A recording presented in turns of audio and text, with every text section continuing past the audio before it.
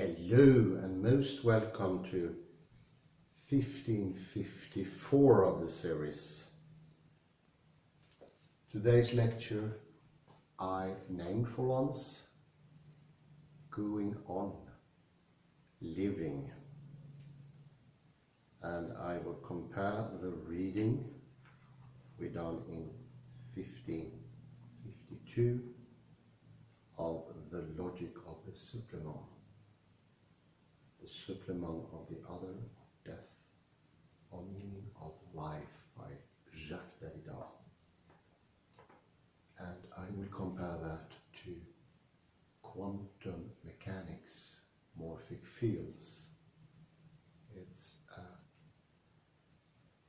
more inclusive way of looking at life that brings in the reader or the observer, as quantum mechanics would say.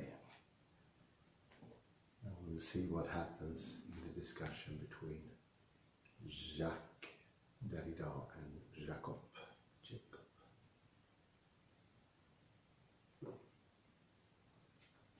It puts a spell on the program, as Jacob refers to it. And I will continue to read exactly there. It's on the English version, page 85, after the quote.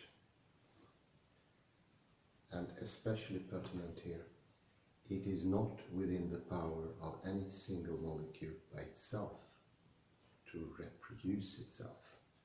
Statement by Jacob. And this is what we're going to look a bit closer into.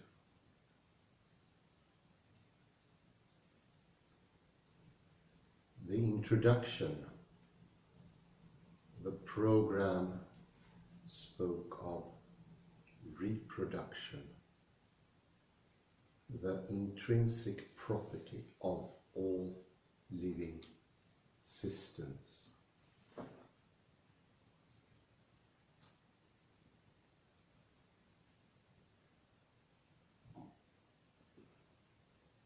The aim of the program, what Jacob calls its sense,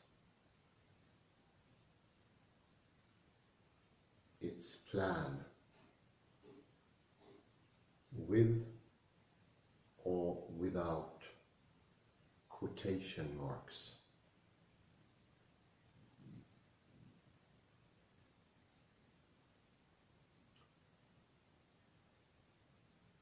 I will also read the parenthesis here because it is of importance.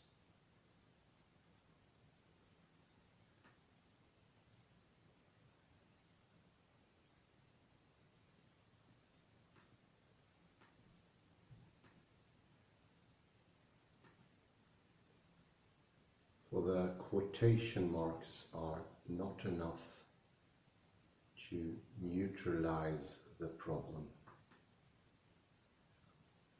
The semantics and the teleology that form the content of this entire book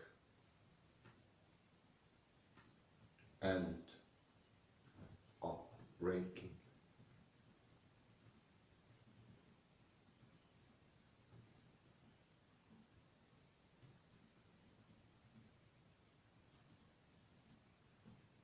thanks to what these quotation marks signal.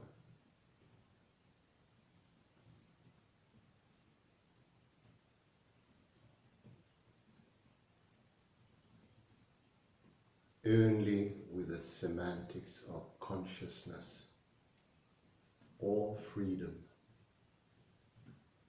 of the individual psyche,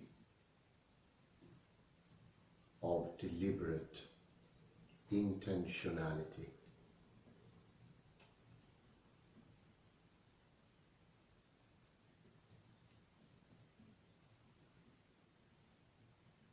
but not with either intentionality or sense in general.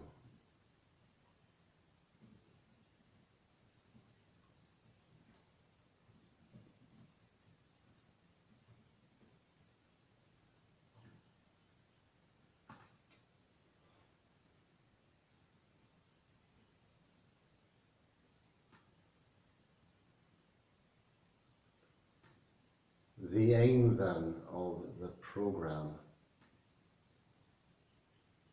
its sense or its plan, is to reproduce itself.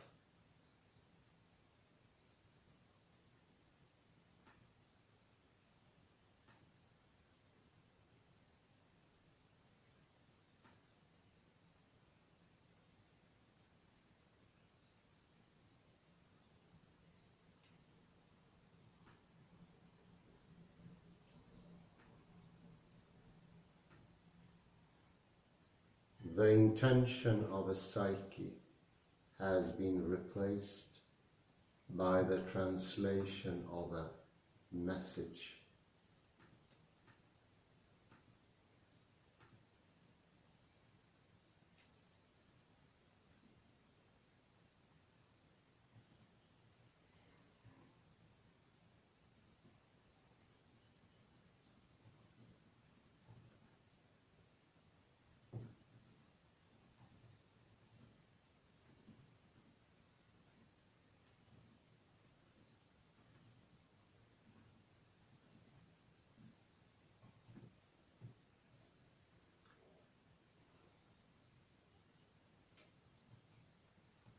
The living being does indeed represent the execution of a plan. Very important. But not one conceived in any mind.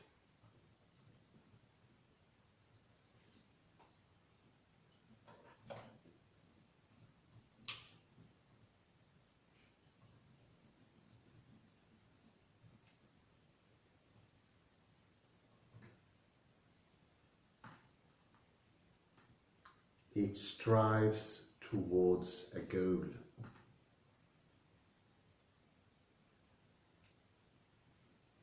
But not one conceived in any mind.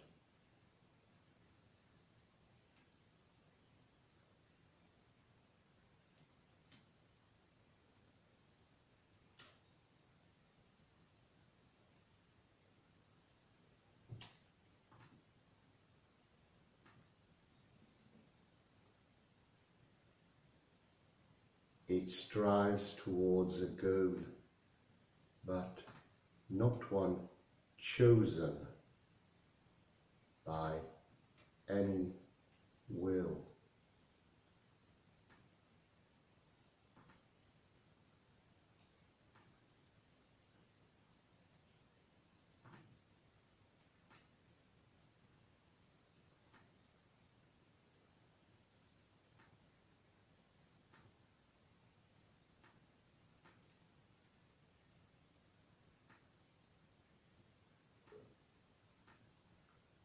The aim is to prepare an identical program for the following generation. The aim is to reproduce itself.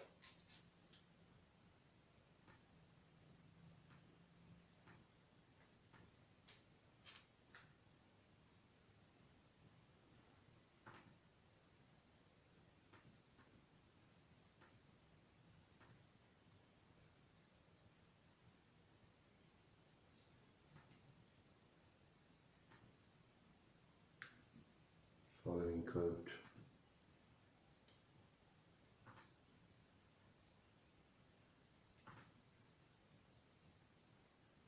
Everything in a living being is centered on reproduction.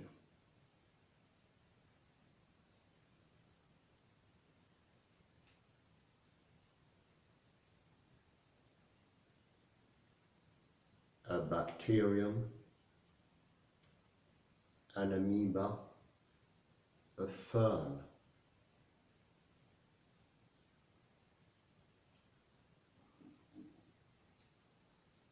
What destiny they can form. They dream of other than forming two bacteria, 2 amoeba or several more ferns.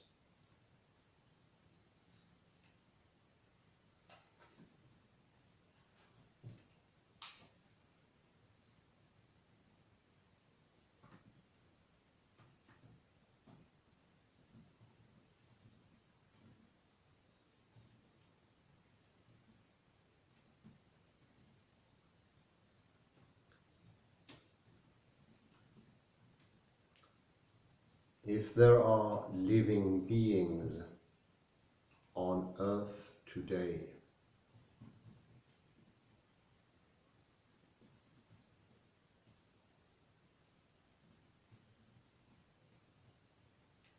it is because other beings have reproduced themselves with desperate eagerness for 2,000 million years or more.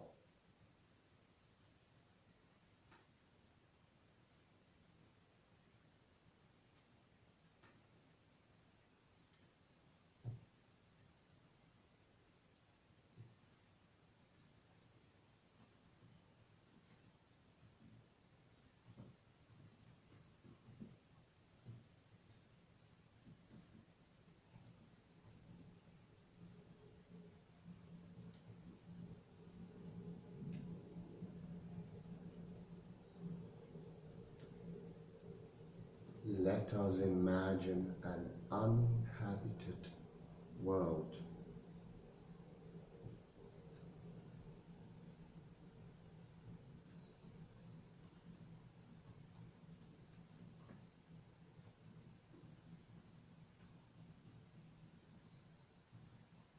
We can conceive the establishment of systems possessing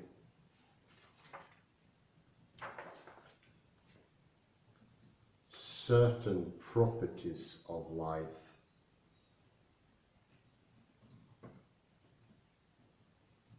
such as the ability to react to certain stimuli,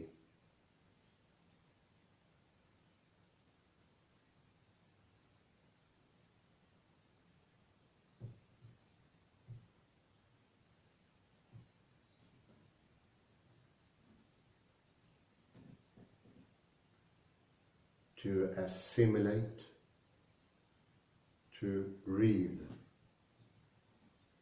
or even to grow.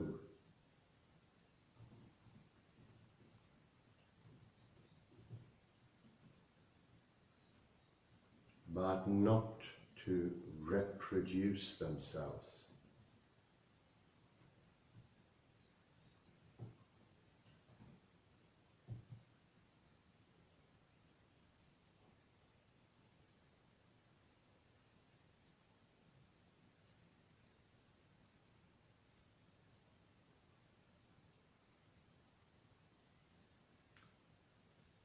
Can they be called living systems?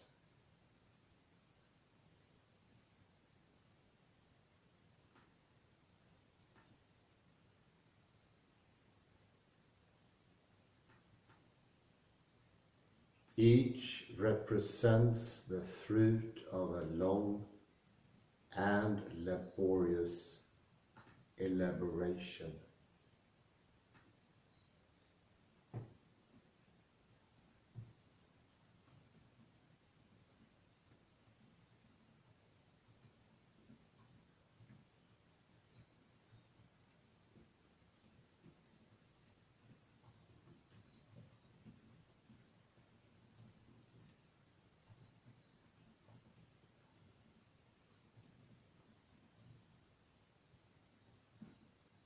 Each birth is a unique event without a moral.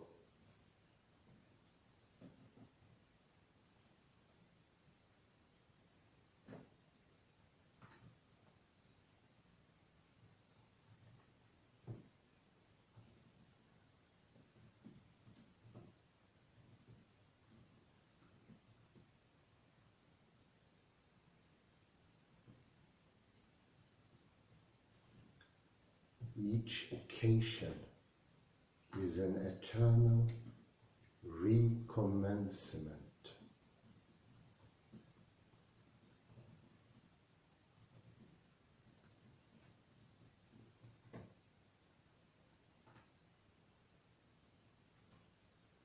Always at the mercy of some local cataclysm.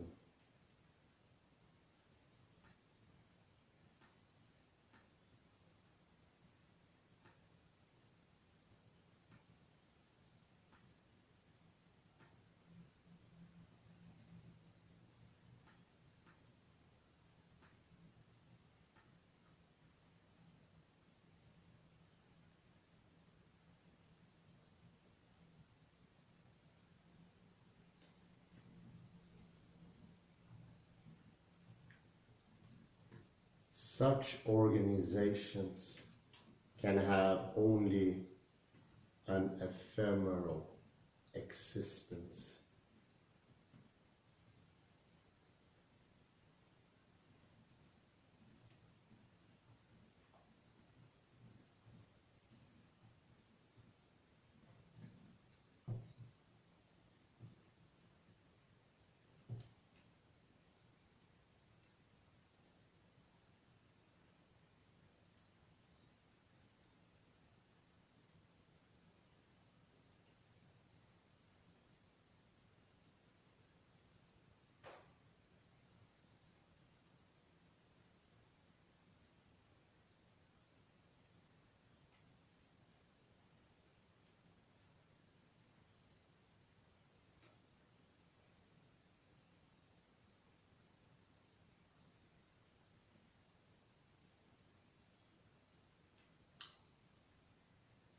Moreover, the structure is rigidly fixed at the onset.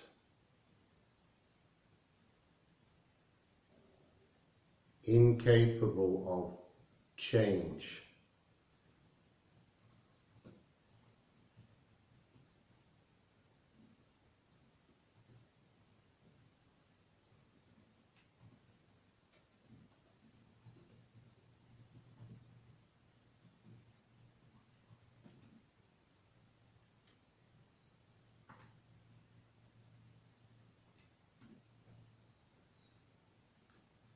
If, on the contrary, there emerges a system capable of reproducing itself, even if only badly, slowly, and at great cost,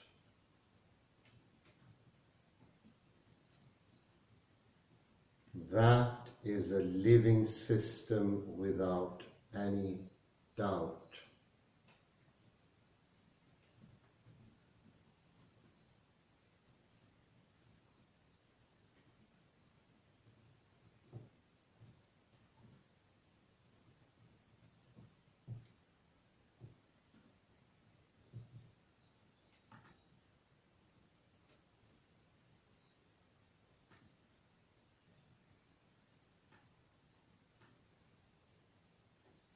It will spread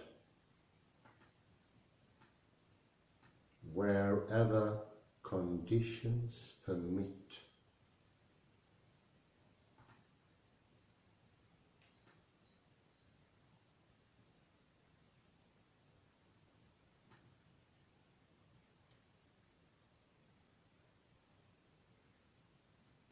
The more it is disseminated, the greater its protection from catastrophe.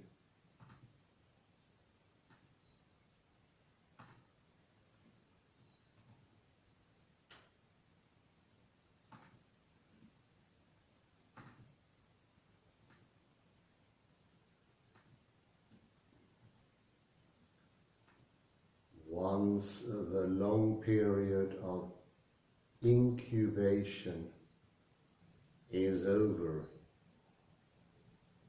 the system becomes established by the repetition of identical events.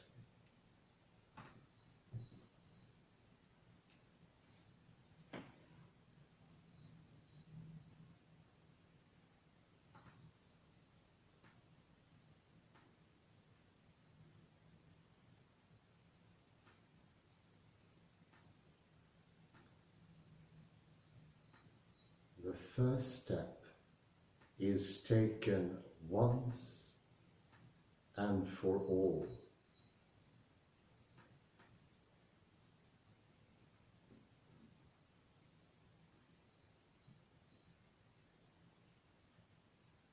In such a system, however, reproduction, which is the very cause of existence, also becomes its purpose.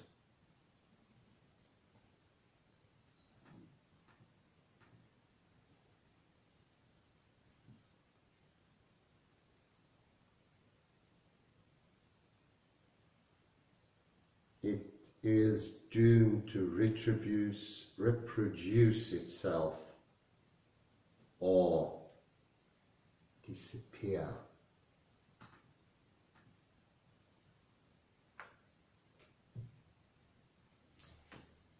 The last sentence, pleonastic in its very form,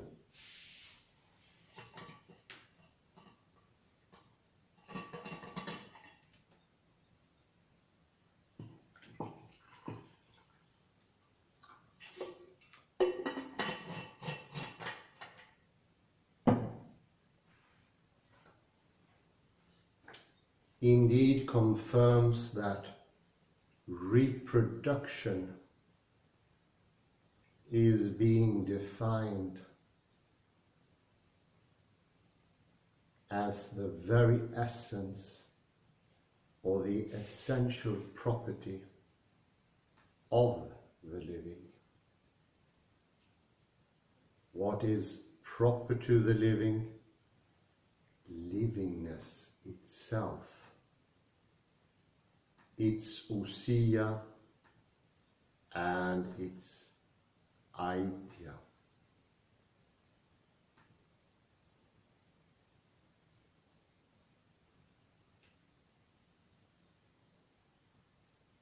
Its being living, its essence, existence.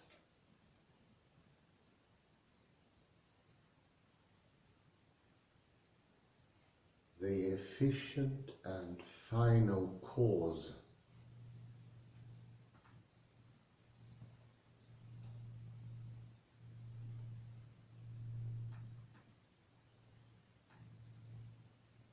The final outcome of the efficient cause.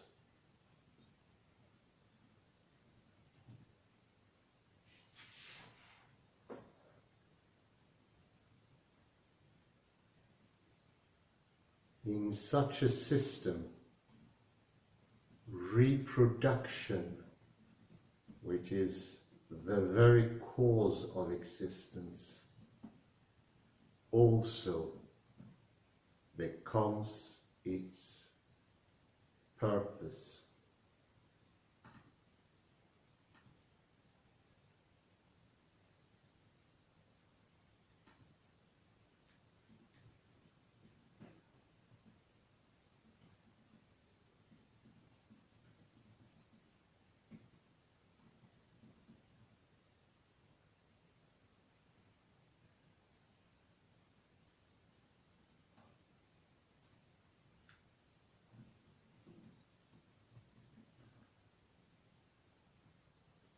When Jacob says that there is no change in essence,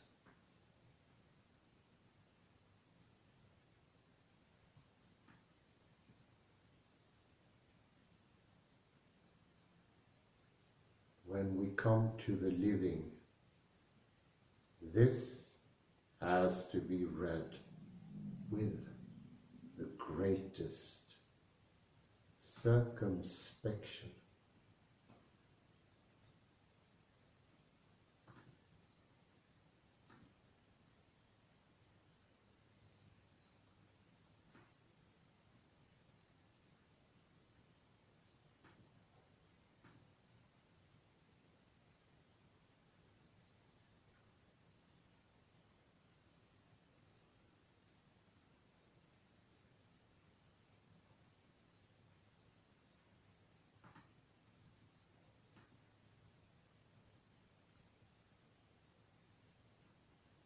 First, because he puts quotation marks around the word essence,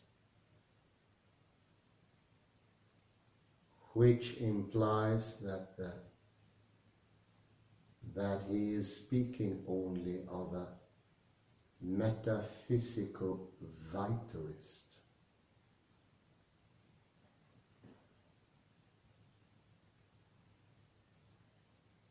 Essentialist and caricatural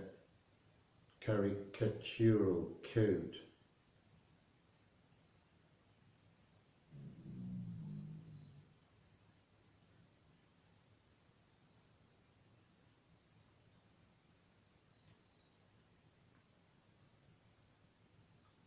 One he is citing from a certain distance as a foil.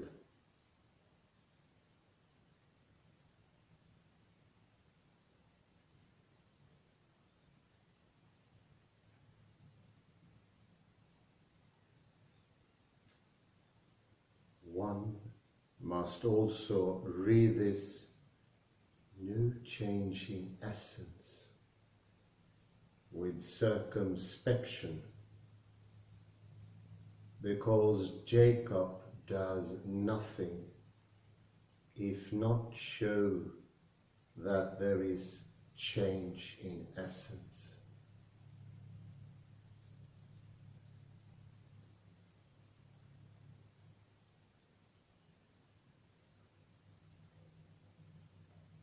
That there is an essence of the living.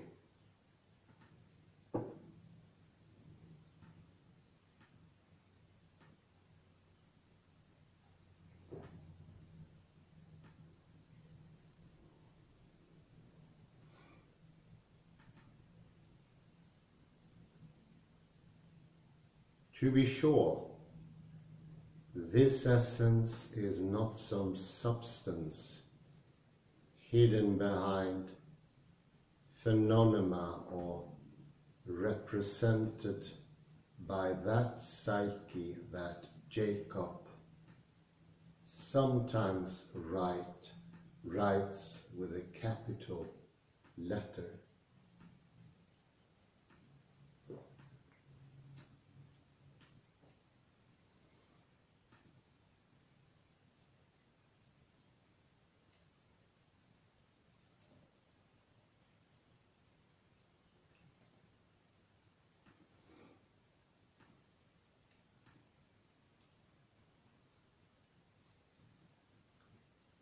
But it does mark what Jacob calls an intrinsic property of the living.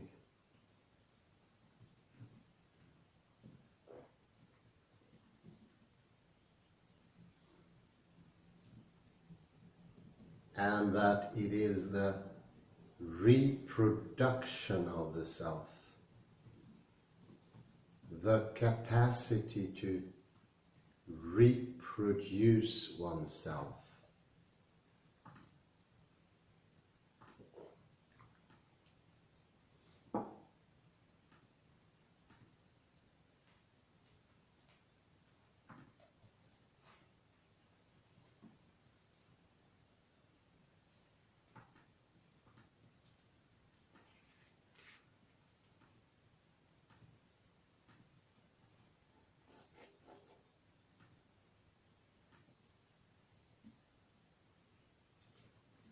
very good.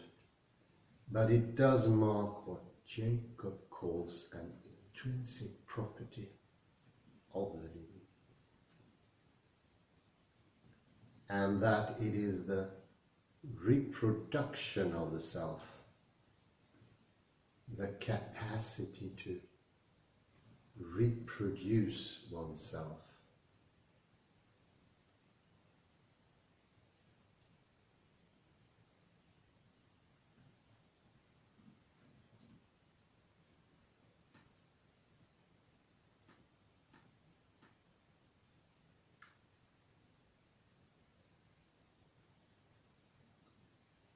the fact that this capacity or this property is not some hidden power, but a logic of integration of prior structures.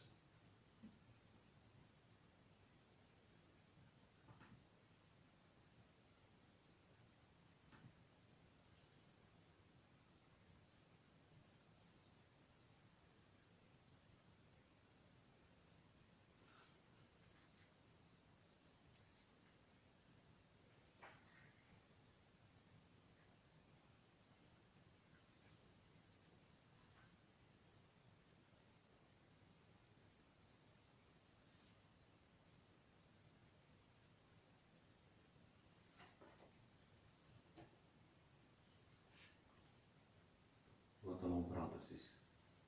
10 lines. No.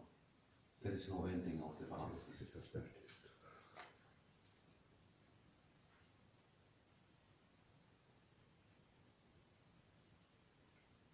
I will make an ending myself.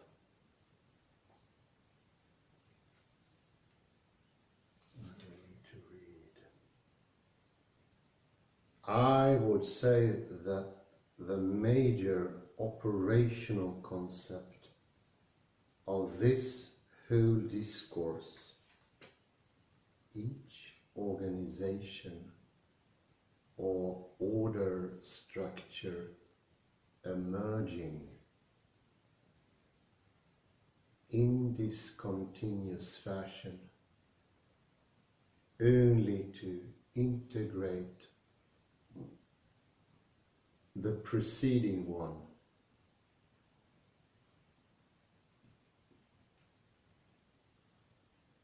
which orders at once the real history of beings and things, as Jacob says.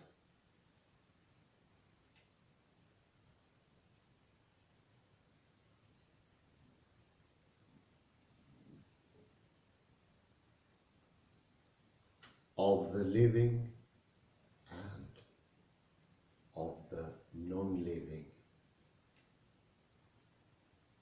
and the history of the sciences, which also proceeds by successive integration and inclusion.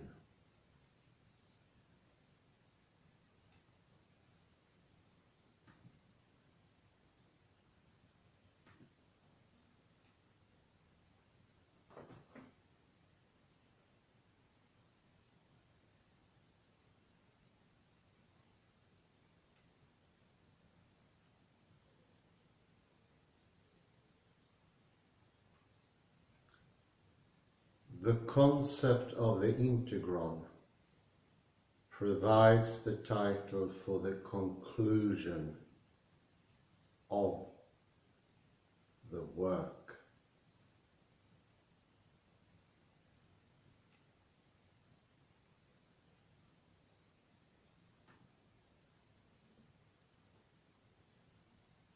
While that of the program provides the title for the introduction.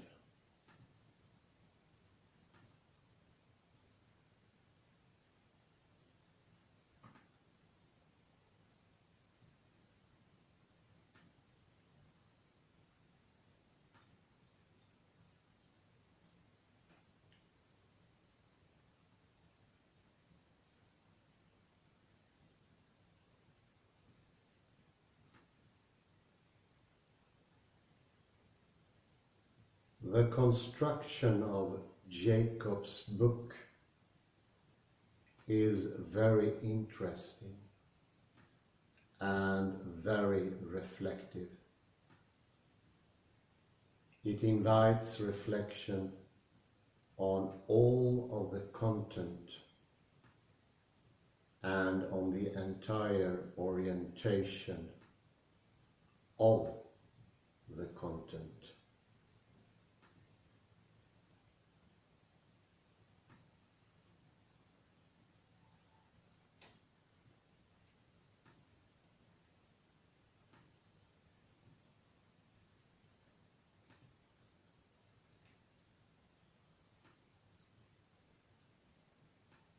The introduction before the first part, the program,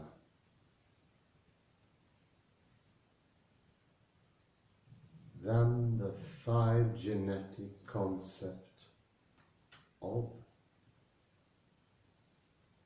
then the 5 chapters, that describe the first, second, third, and fourth order structures, along with the current state of affairs, from which everything is put into perspective, and finally the conclusion.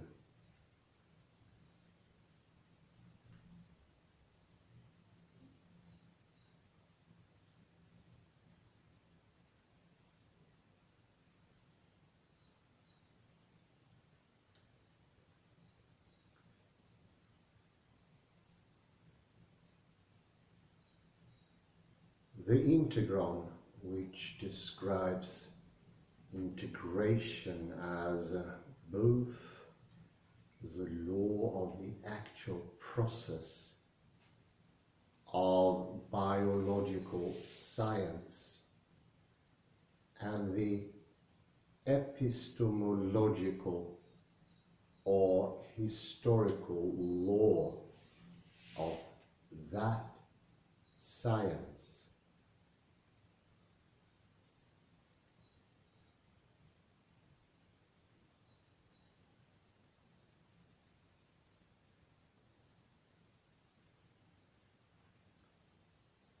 That which makes intelligible the different phases of biogenetic discovery or knowledge.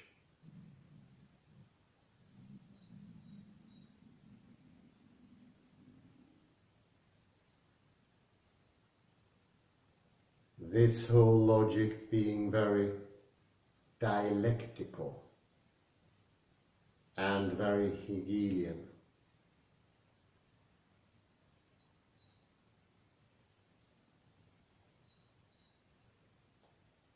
Which we should not be too quick to treat with suspicion.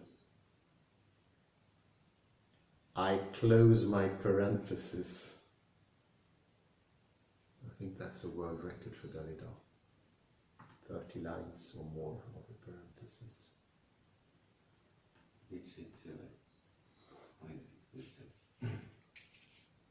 The fact that this intrinsic property of the living is not some hidden power, but a logic of integration.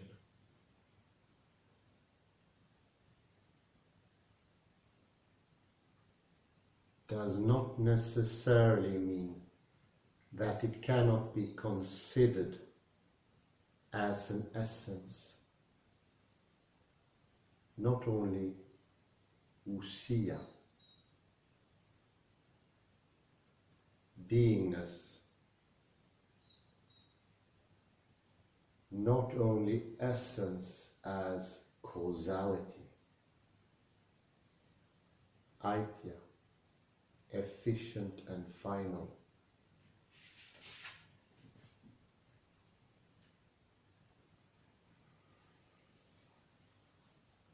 But also essence as energia,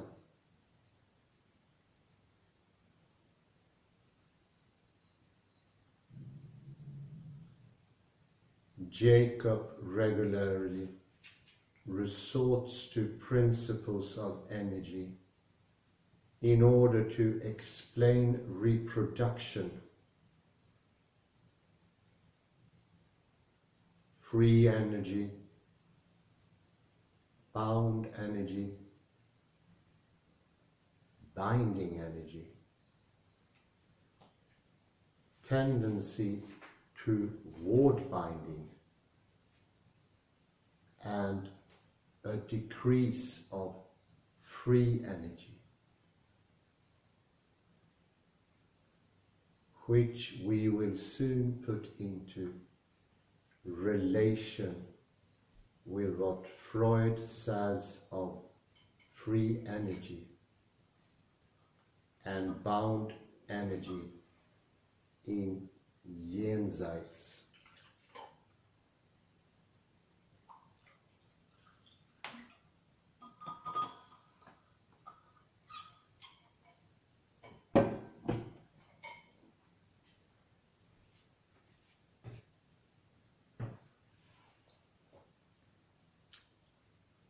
In other words,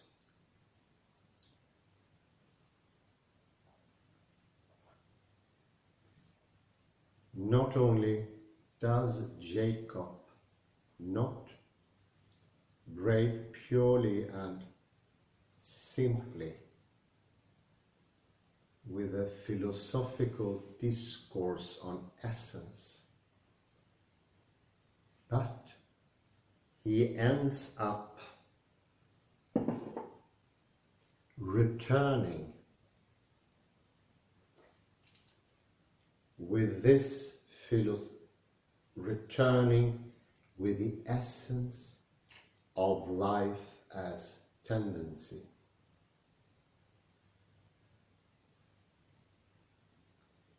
And capacity for reproduction.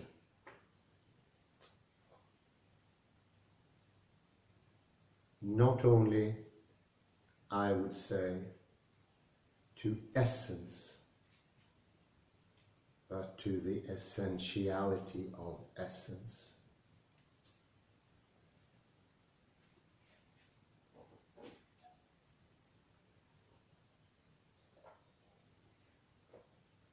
The origin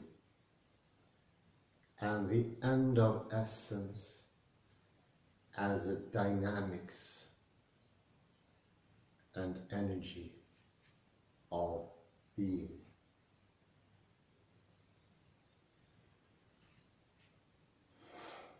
And which assures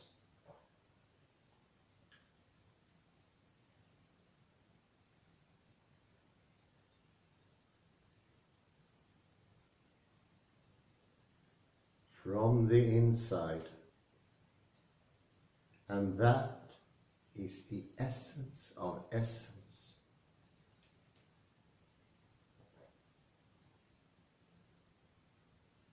Namely, to have one's principle of being in oneself, and not in some accident coming from outside, assures from the inside its own production. That is its reproduction.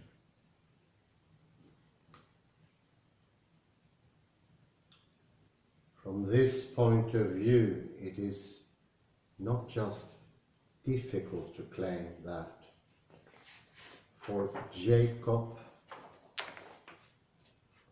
there's no essence of life indeed.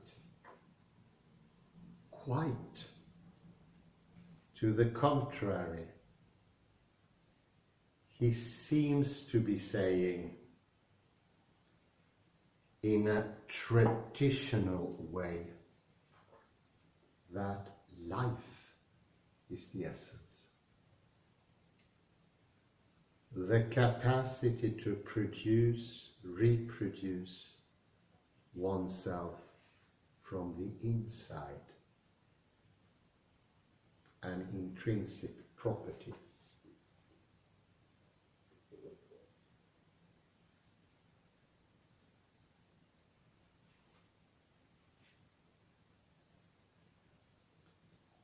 That it is, in this sense, more essential than the non-living that it integrates into it, into its being living. As we saw in the quote earlier, Jacob said, life without reproduction as a telos would not work. Only life itself. It is obvious that something is hiding between the very letters. Essentialism in the gravest Hegelian metaphysical position is sneaking in, slowly, but very, very obvious.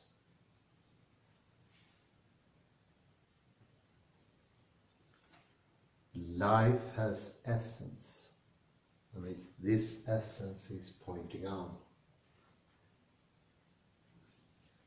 And after the summary here, I will show that the morphic fields of quantum mechanics include the thinking or the observer that Jacob, I would say, unintentionally wants to get rid of in order to create this objectivity. But somewhere the observer sneaks in and establishes essence. It was very sharp of Derrida to sort of lay it out in the open, because sometimes these tendencies is so deeply, deeply hidden, almost not to be perceivable.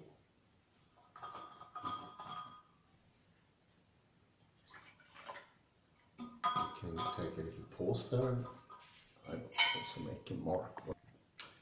Let's see, I'll go to the summary here, and that was some excellent sites here to take out. Page 86, the end of the last paragraph. But it does mark what Jacob calls an intrinsic property of the living, quoted from himself. So that inside sort of shows its face indirectly in between the lines. And Derrida is like a detective finding it.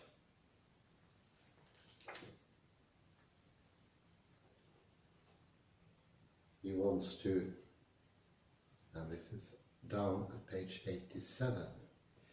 In other words, not only does Jacob not break purely and simply with the philosophical discourse of essence, but he ends up returning with this essence of life as tendency and capacity for reproduction.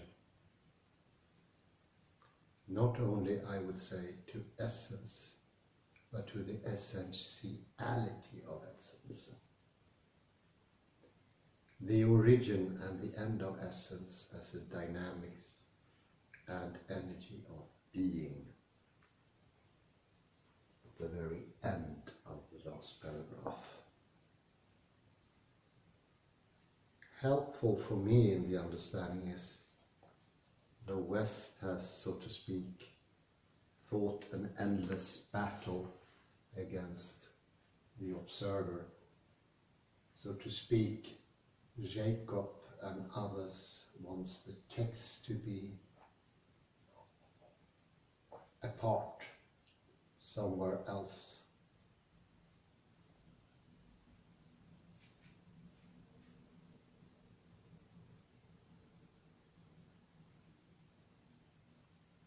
At a distance, objectively, reductionist, epistemologically. Helpful can always be to see the genealogy of what has been happening before, an historical tendency to ridding or evicting the subject from history itself and understanding.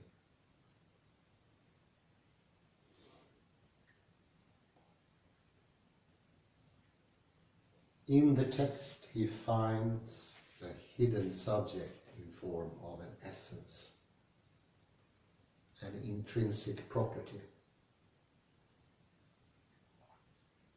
This is where, to use the Klein bottle analogy, where the subject goes into the text or to the space contained. It is the insideness of Jacob that shows up. He has left a mark, a trace.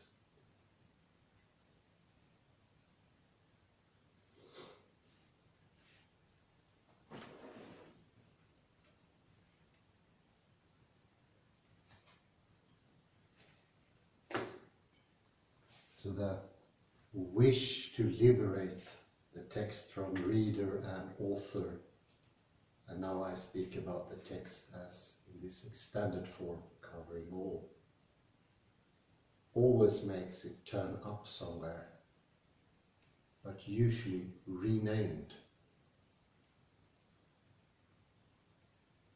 or put in another context.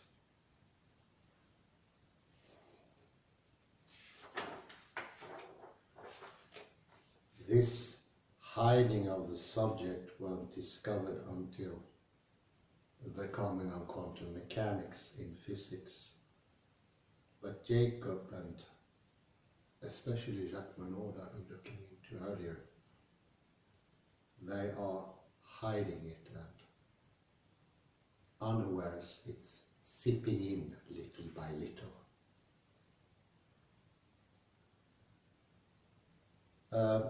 I would later go into morphic fields and we'll see if that's another form of essence. I let my colleagues slip in here. I can handle this clamp more cleverly. It's very small, it should be bigger. Let's see.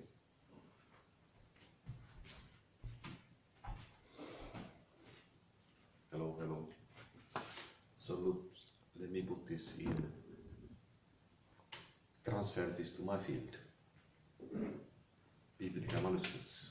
So, say you have the original here, super-original, and you spoke about the tendency of renaming even English-speaking scholars to make it appear fancy. They use German terms like Urtext.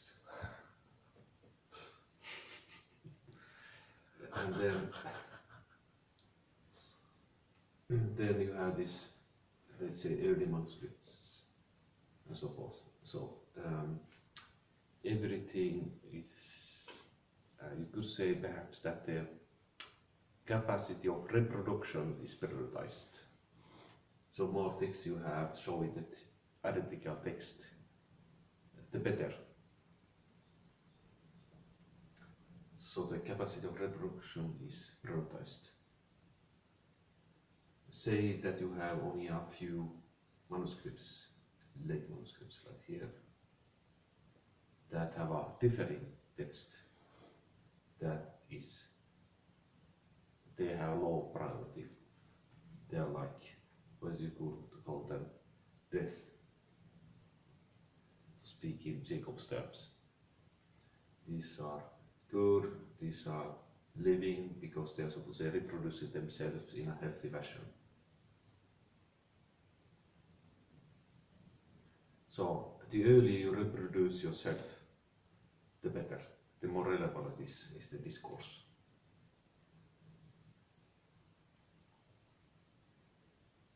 So this is an intrinsic property, as Derrida calls it, the capacity of reproducing yourself.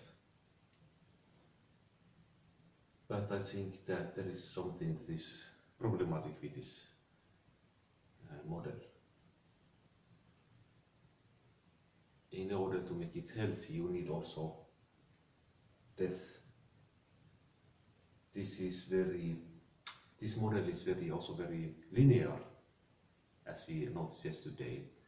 Thomas McFarlane, he says that the straight line is derivative from the circular, or from circle, excuse me.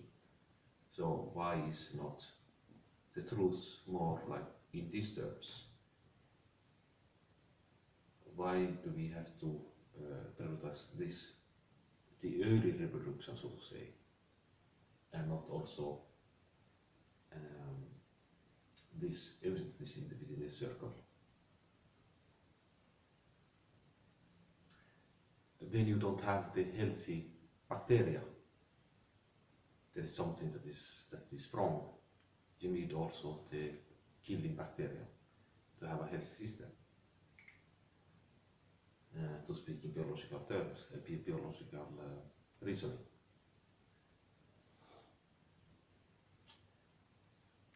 Do you have any comments on this idea? Yeah, most definitely.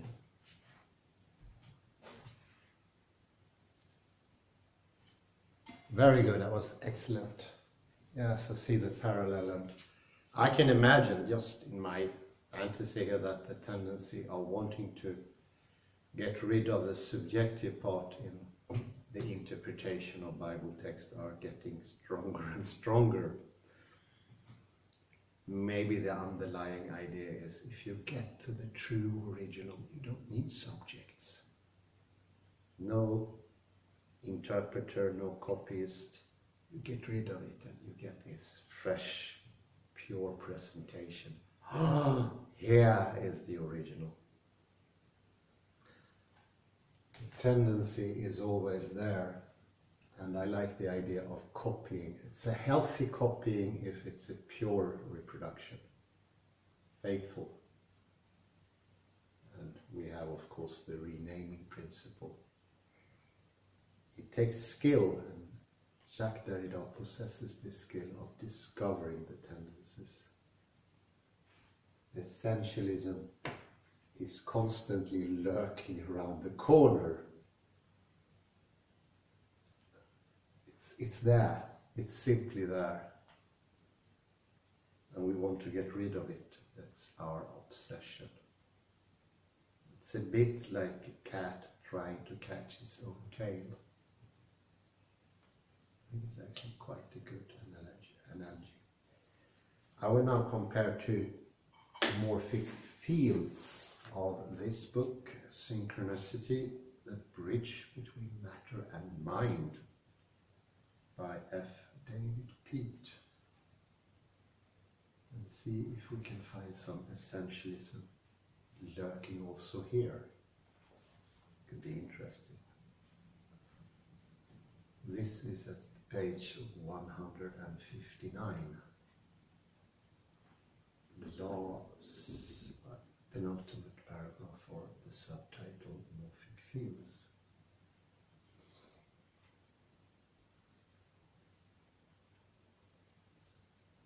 previously a series of cooperative structures were described, whose order is very different from that of a machine. I'll just give a little comment. Remember Jacob's machine and program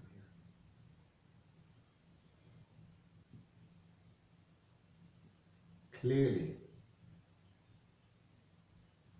powerful principles of organization are at work when the individual cells of a slime mold colony suddenly congregate together to form a single unitary slug.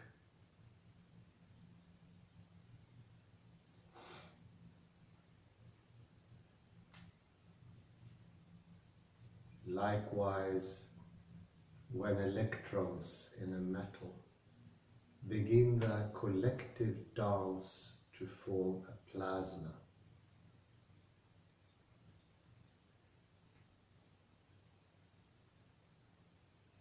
or move with the integrated flow of a superconductor,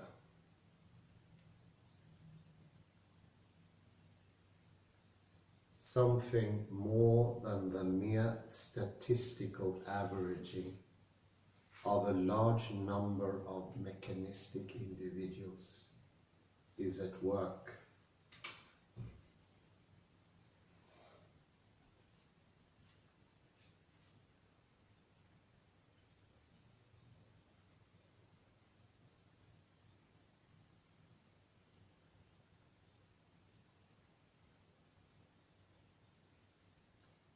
In the case of the development of human embryo,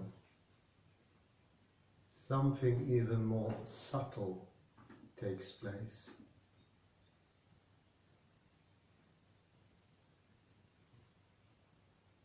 For the exact coordination of all the processes involved is of almost unimaginable complexity.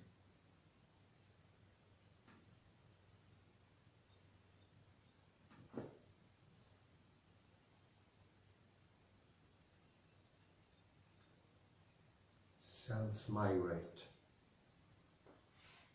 divide, die, or differentiate at exactly the right moment.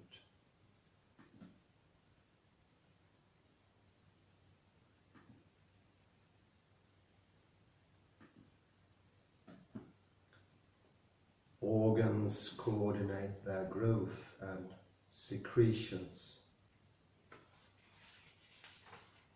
Various synthesis and metabolic processes switch off and on in harmony with other events taking place in remote areas of the organism.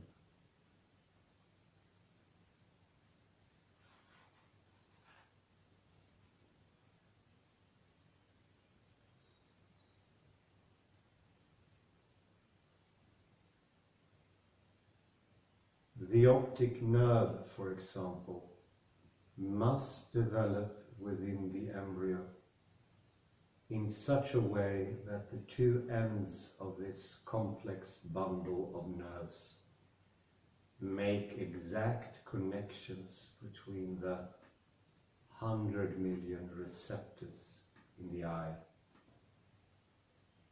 and the various areas of the visual cortex.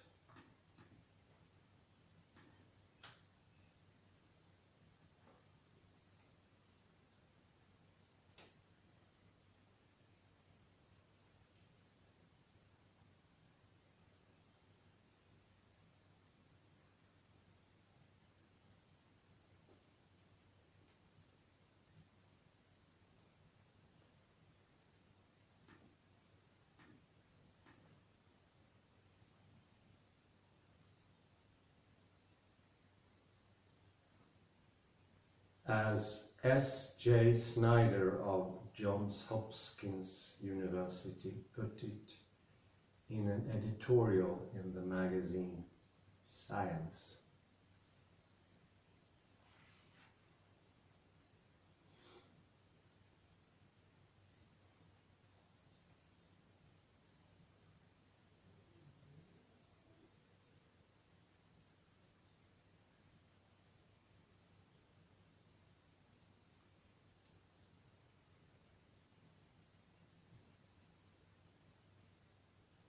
One of the major questions in all biology is just how discrete portions of the body come to be where they are and adopt their characteristic appearance and function.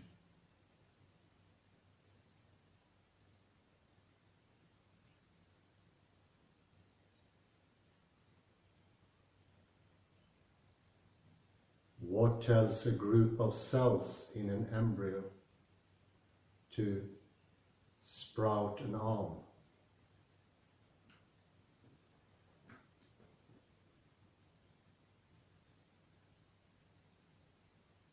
Why do some cell groups develop into the liver, others into the adrenal glands, and yet others into the gonads?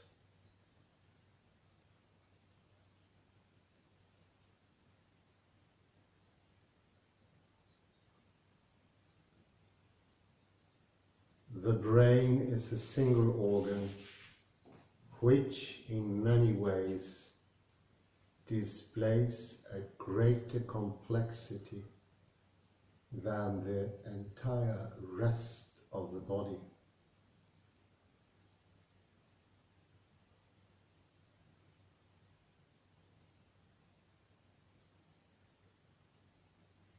In embryonic life, thousands of discrete neuronal pathways must meander through often convoluted itineraries before reaching their adult locations.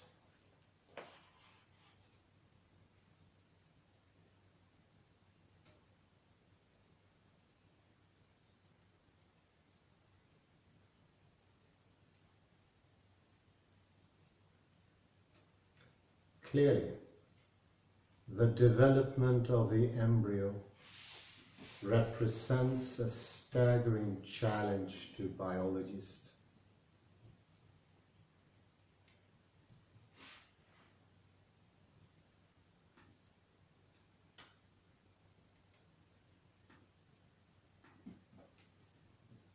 Who must explain exactly how the fetus is able to develop in exactly the right sequence to form a unique human being.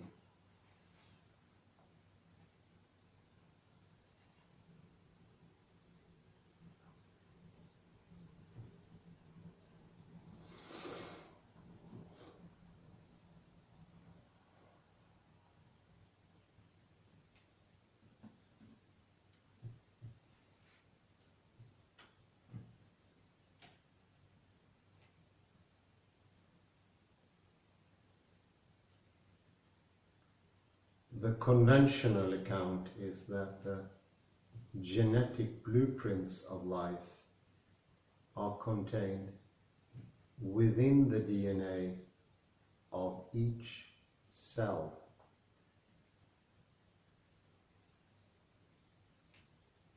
Here we have the program of Jacob.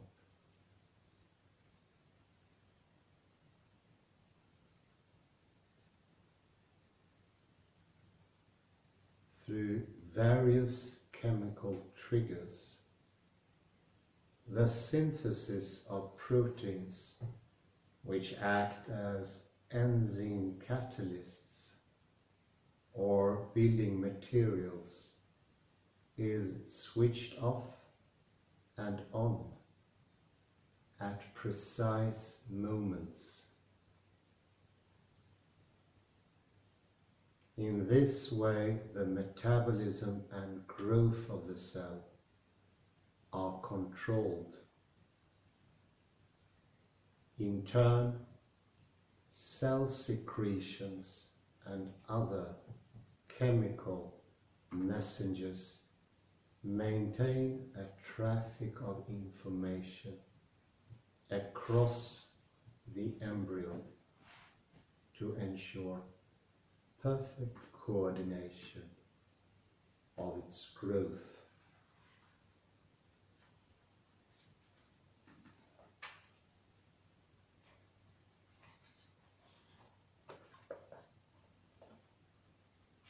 Could a theory based upon the chance mutations of DNA explain the rich variety of form in nature?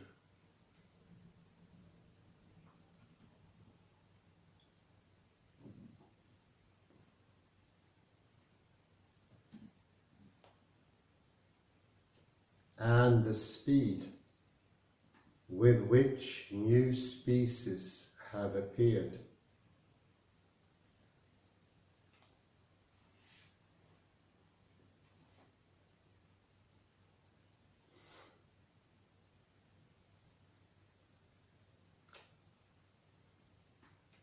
Without sacrificing Darwin and the theory of natural selection, would it be possible for information from the environment to have an active role in shaping the mutation of forms?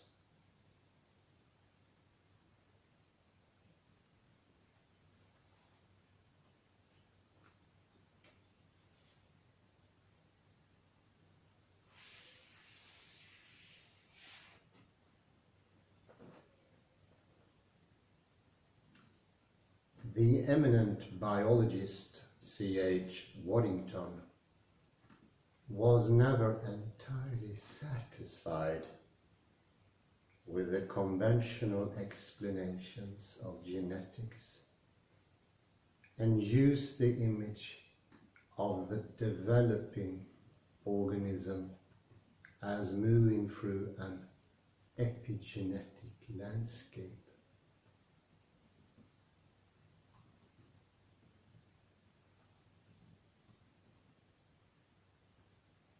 Just as a traveler descends from the hills to a fishing village by skirting hillocks, rocks, and sudden drops,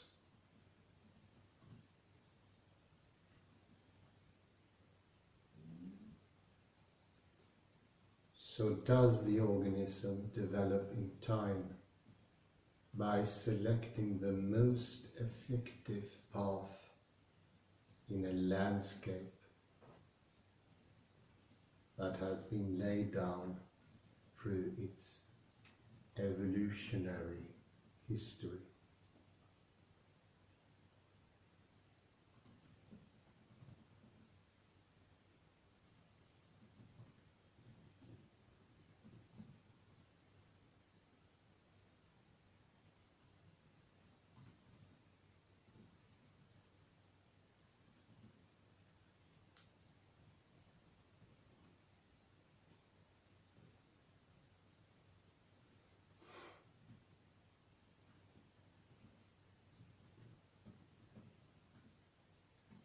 Waddington was not, however, too specific about the nature of the processes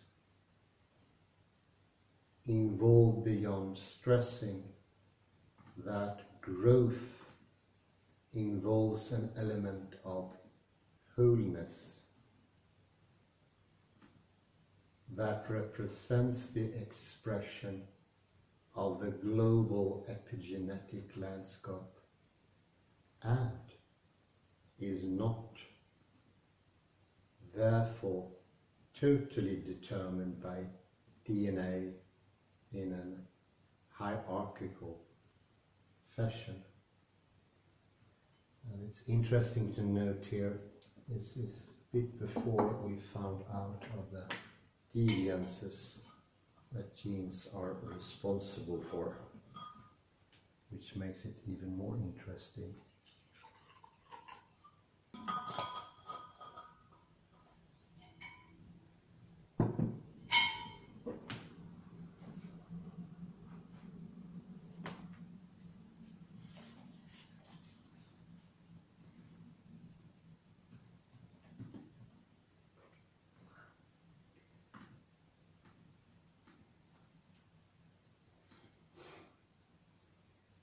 It appears that Waddington was moving toward a notion of development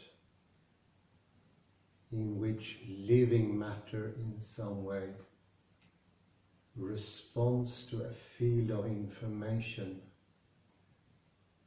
which exerts a formative power over the processes of the cell.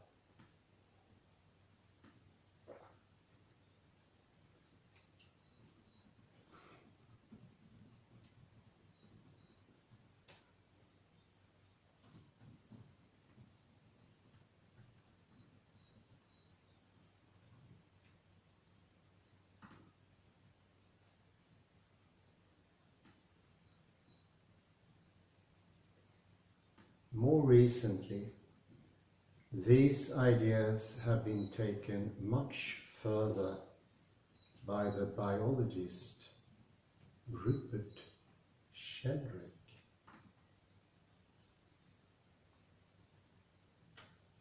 whose theory of morphic fields has aroused considerable controversy.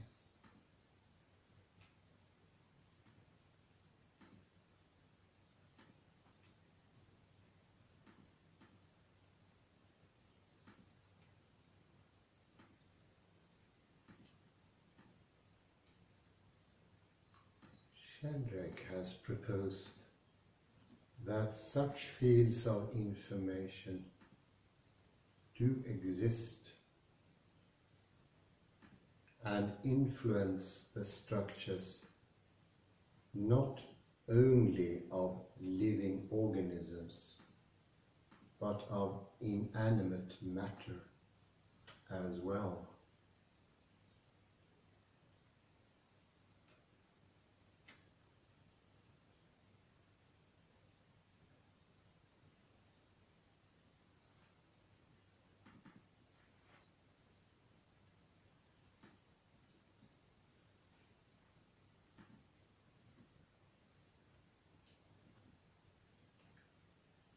According to Sheldrake, all matter has an associated field of memory, which plays an active role in guiding the formation of structures and various processes.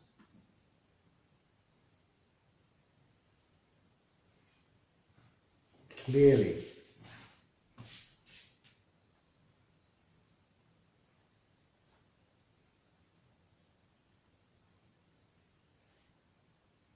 if Sheldrake's idea is taken seriously, then it would extend the nature of matter by introducing a new level, that of active information.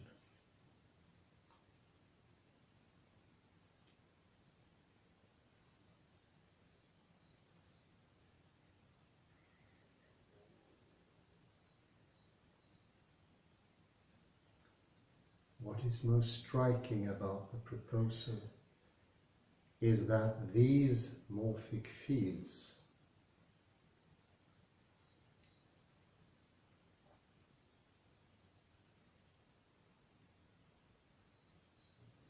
as they are called, act not only on developing embryos and other biological systems, but on all matter.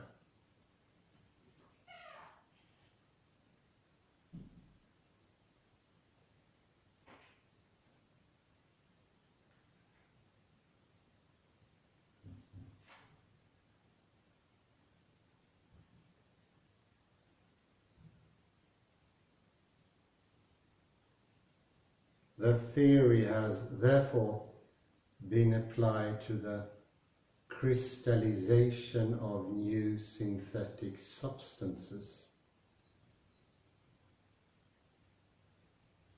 and to the formation of molecules out of constituent atoms.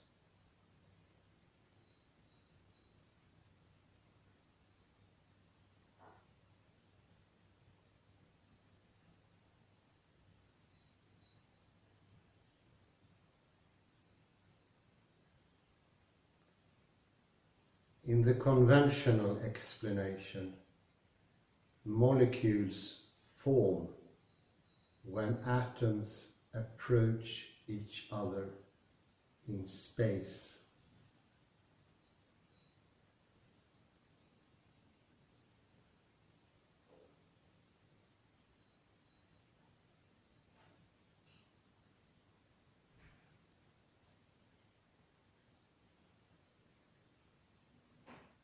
A variety of quantum mechanical forces are exerted on these atoms,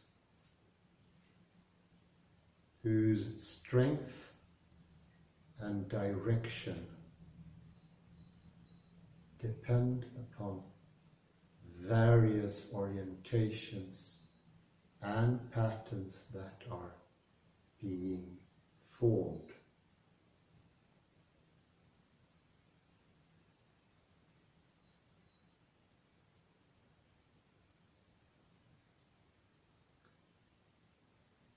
The hills and the valleys of the coaster represent the forces or energies of the various atomic configurations, and the car represents the actual state of the system at any particular point in time.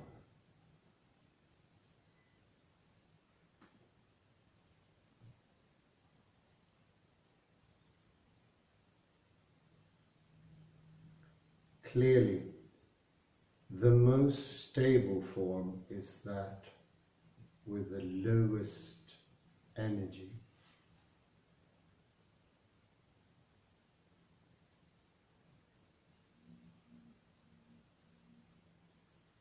Represented by the car coming to rest at the bottom of the lowest valley.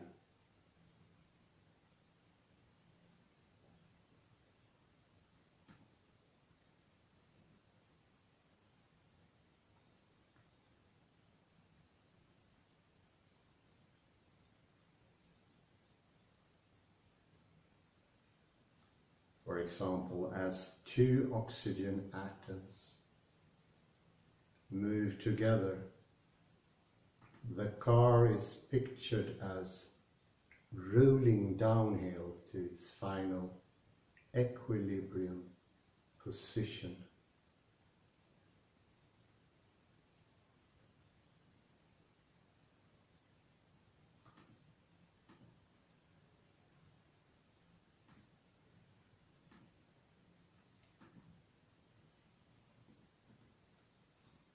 With more complex molecules, there may be a whole series of valleys and hills.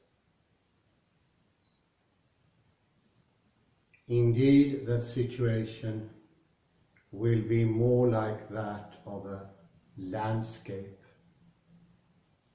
in many dimensions, consisting of hills, valleys, rocks and flat plains.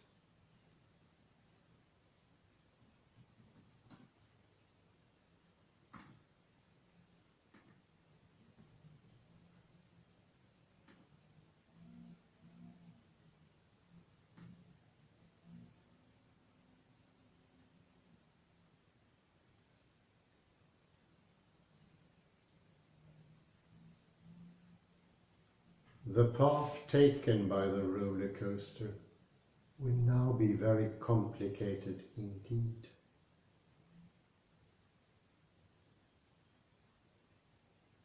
In some instances, it may get trapped in a narrow valley that lies over the hill from a much deeper one, which represents a more stable endpoint.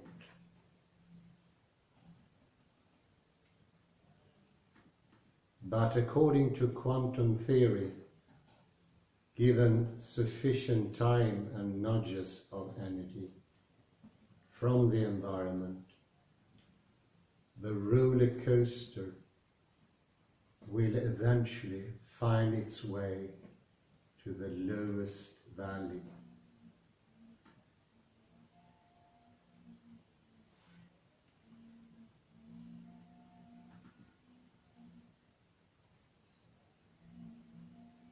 Sheldrake has argued, however, that this piecewise random search for the most stable molecular structure is inefficient, unpredictable, and time-consuming.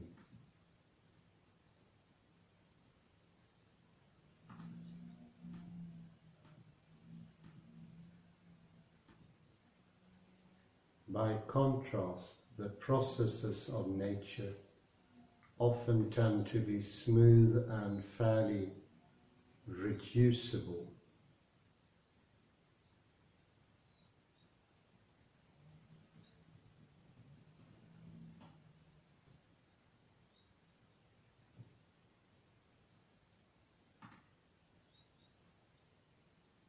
He concludes, therefore, that the roller car is actually directed or informed by the whole landscape during its path downhill.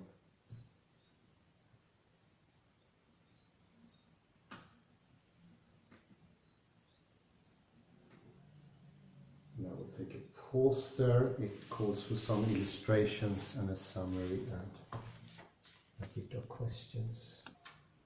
So welcome back. You can zoom in on this. I will show here the roller coaster going over the landscapes.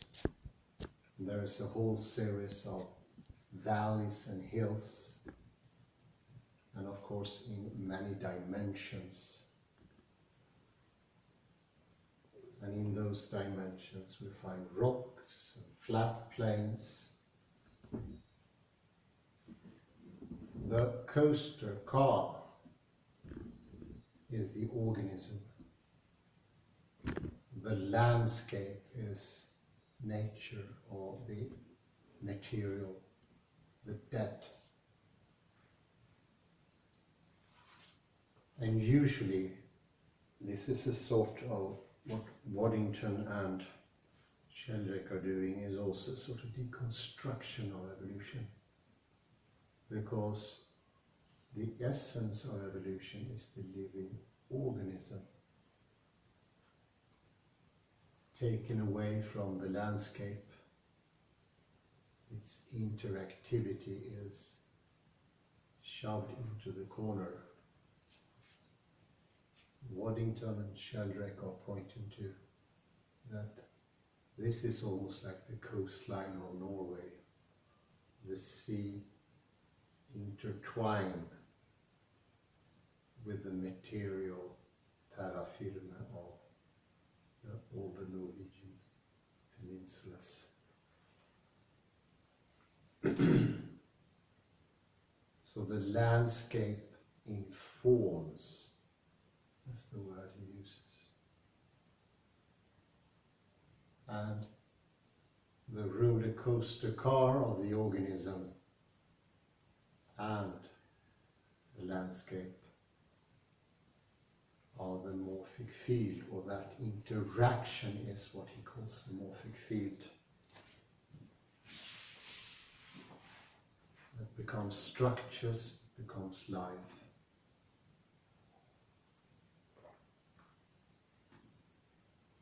On the deconstructive side of Sheldrake-Waddington, there is no difference between inanimate and animate here.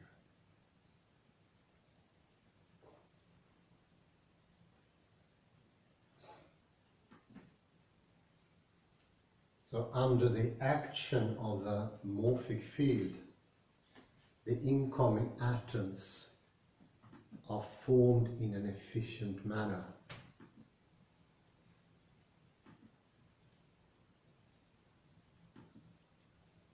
While the actual driving force is still the quantum mechanical desire to minimize energy by moving to the lowest valley, the actual process is given form by information in the fields themselves.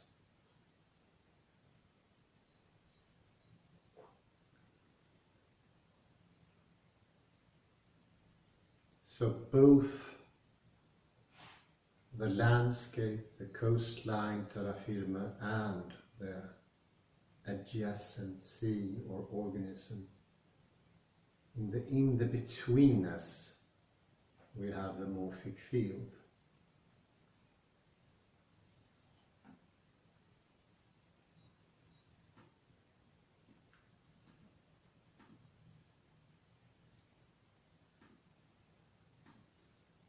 In this fashion, molecules, crystals, plants and animals all develop according to their proper form.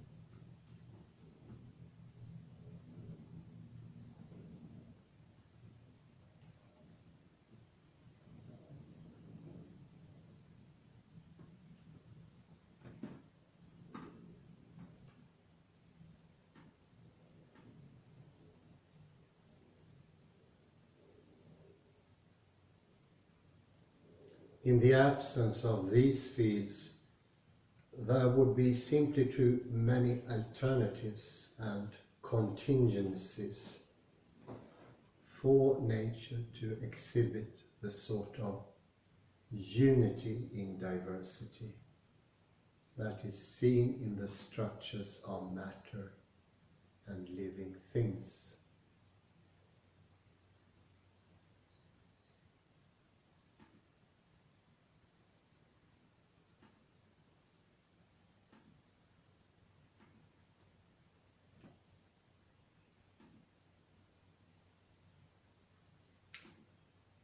The first time a new molecule is created or a crystal grows, it must follow a piecewise, blind path down the valleys and hollows of its energy landscape.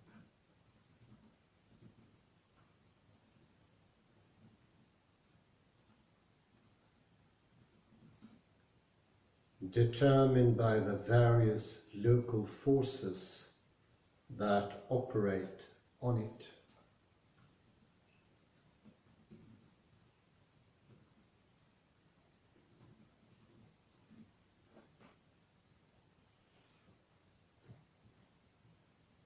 But this process also gives rise to a morphic field, which is kind of a memory of the material processes involved.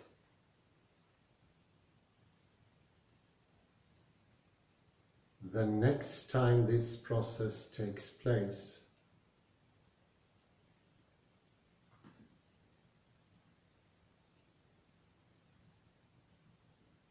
it has the advantage, Sheldrake says, of being guided by information from the morphic field.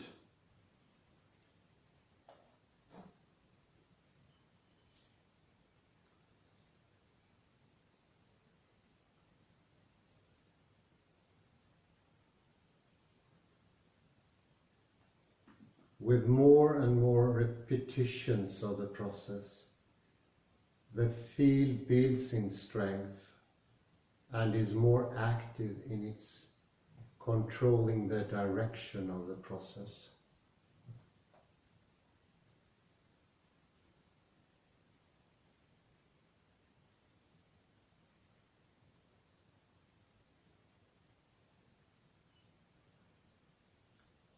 The whole effect is a little like skiers going downhill.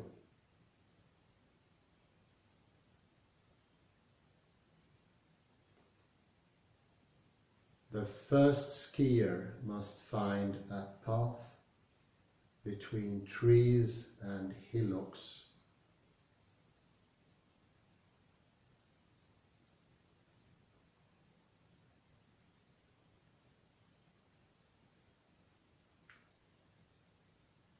But the ones who come after are guided by the tracks and able to move a little faster and avoid false trails.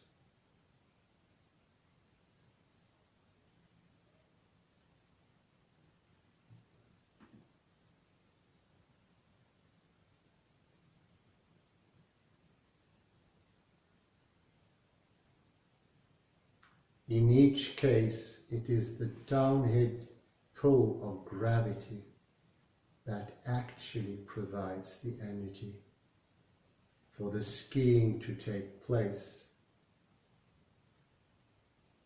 while it is the information in the track marks that enable each skier to choose the best way downhill.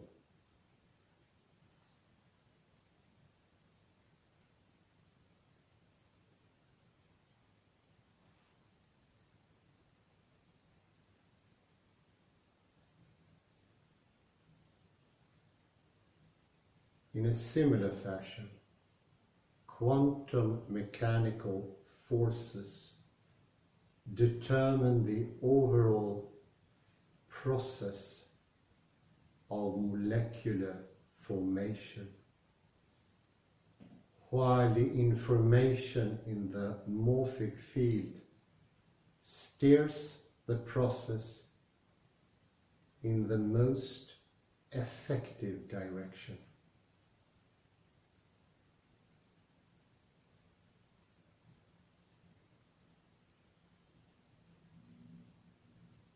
When it comes to more complex processes,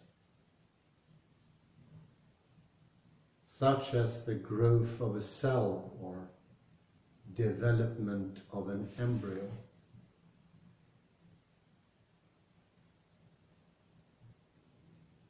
Sheldrake hypothesizes a whole hierarchy of morphic fields to guide all the processes involved.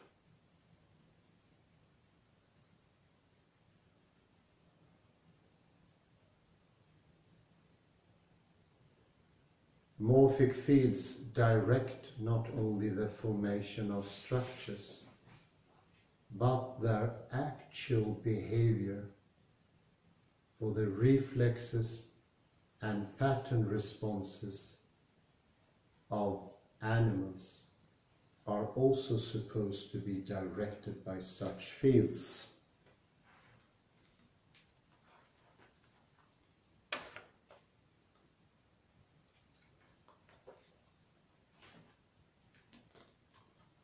This theory is a deconstruction in some ways of the fixation of the essential life force, because death comes in here.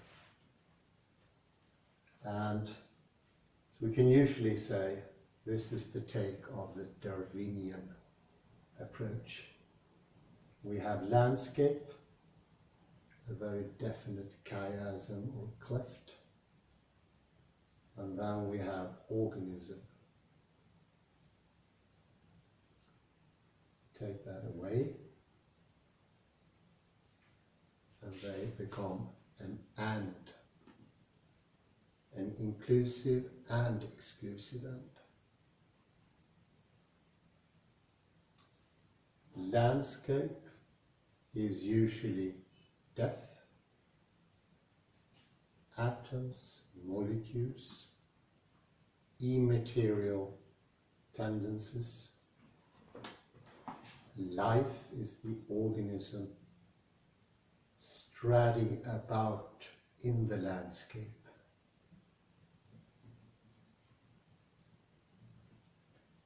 And what I also like about this is temporality enters directly. Because straddling, going, trotting, prancing through the landscape takes time.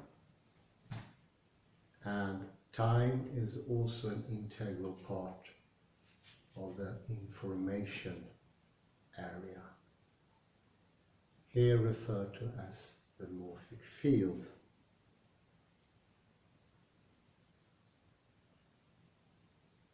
Morphic field can, though, also have another side, so it needs maybe a bit deconstruction to expand. It could be an essence in itself. Maybe better to put morphic field within scarecrow or citation marks to make it work more effectively as a non-concept. Going into this great divide between living and death, and the concept can make it come together in a harmonious fashion. If I can put this in a, train my little fingers. There you go. Let me return to Jacob. So he prioritizes the program while the subject is invisible.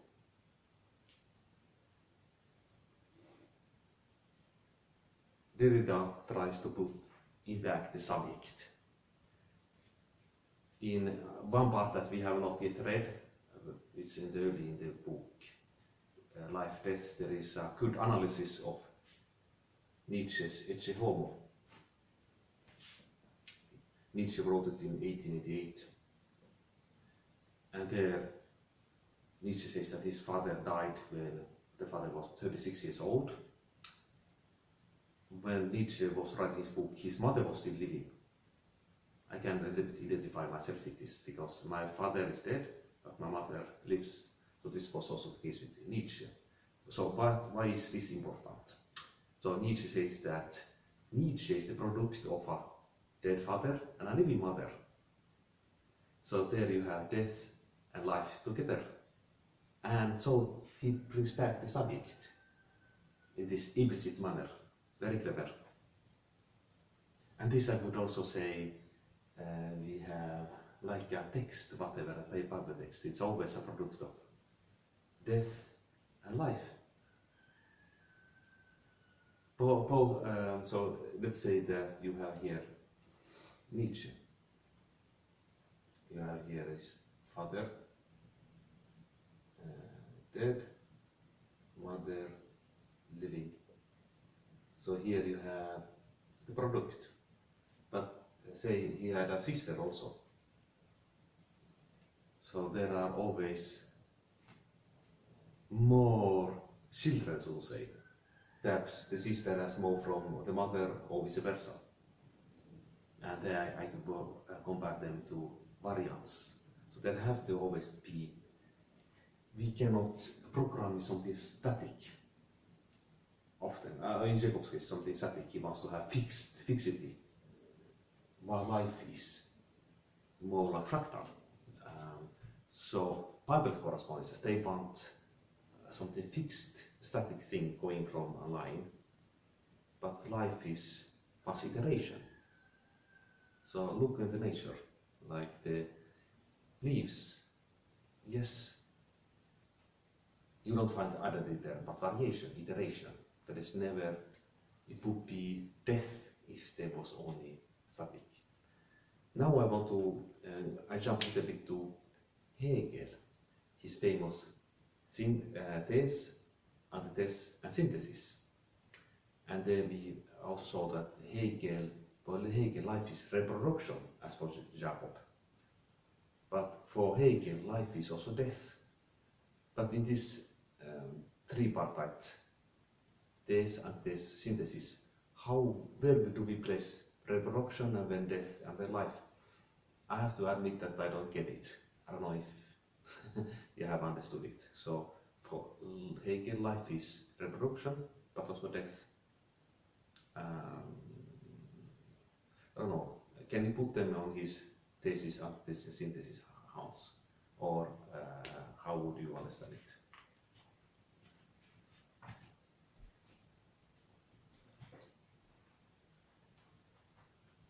Yes.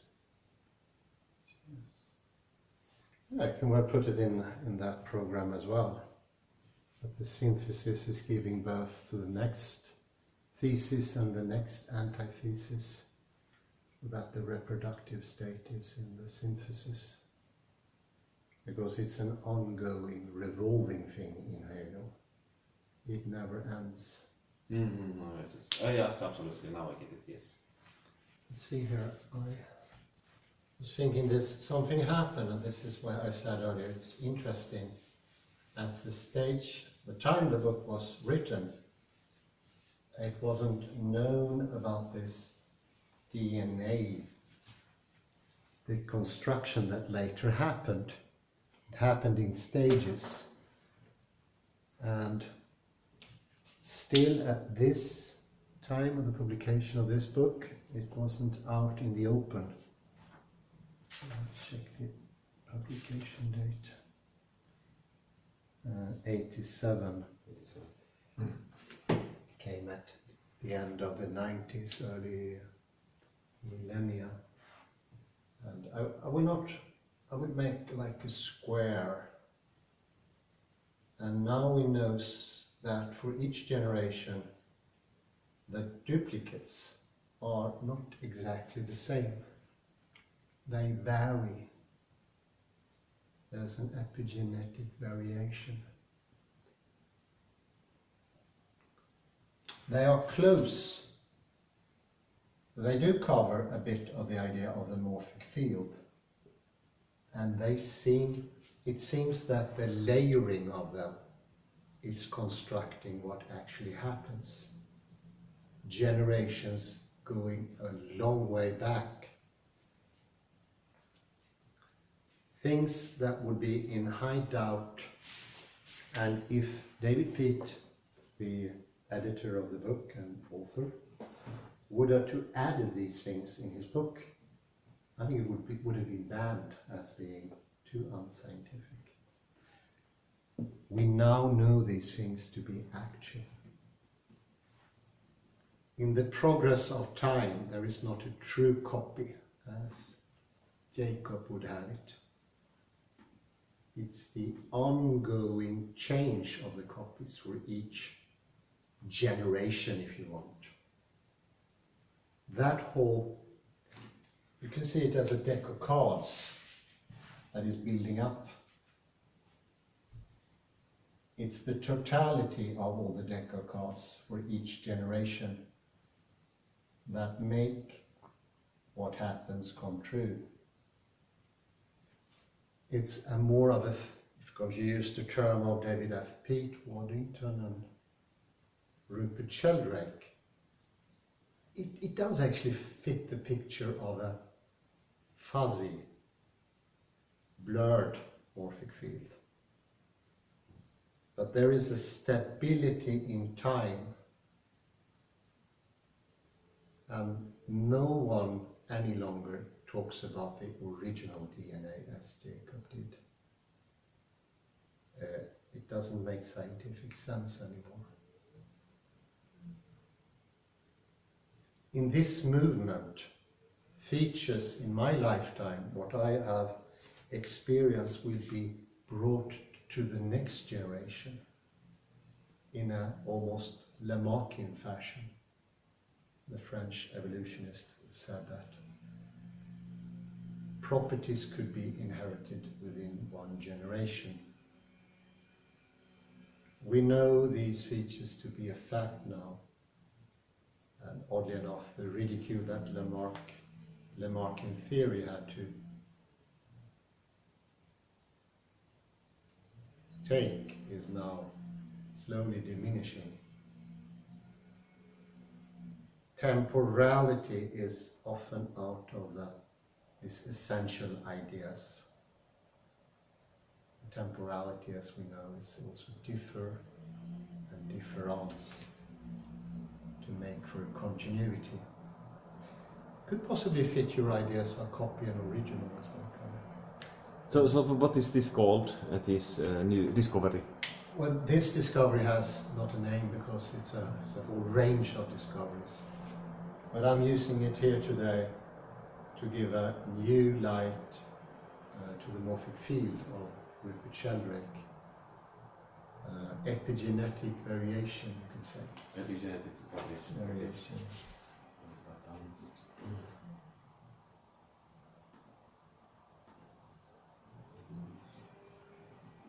It has to do with that genes are not read in the same way by a panopticon or what it could be.